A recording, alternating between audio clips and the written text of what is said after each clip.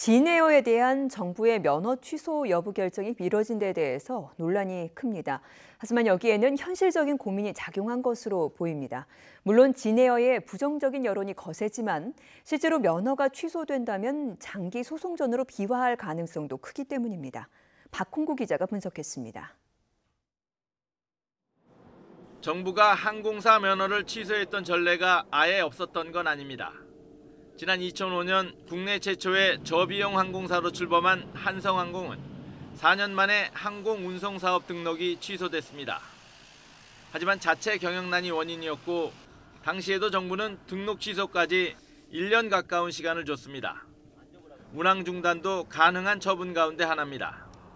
지난 1997년 괌에서 추락사고를 일으킨 대한항공은 3개월 운항 정지 처분을 받았고 2013년 아시아나항공은 샌프란시스코 공항에서 착륙 사고를 내 45일 운항 정지 처분을 받았습니다.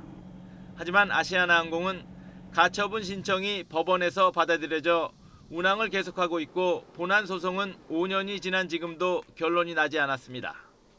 진에어 역시 운항 정지나 면허 취소 결정이 나오면 장기간 법적 소송으로 이어질 가능성이 큽니다.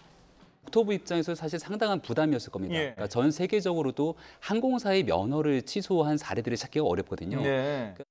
특히 진에어는 해외 국적의 등기 이사를 알고도 면허를 내준 정부에도 과실이 있고 2,000명 가까운 직원의 고용 문제와 주주 손해까지 예상되는 등 후폭풍이 만만치 않습니다.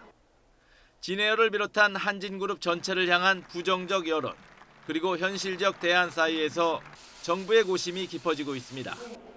YTN 박홍구입니다.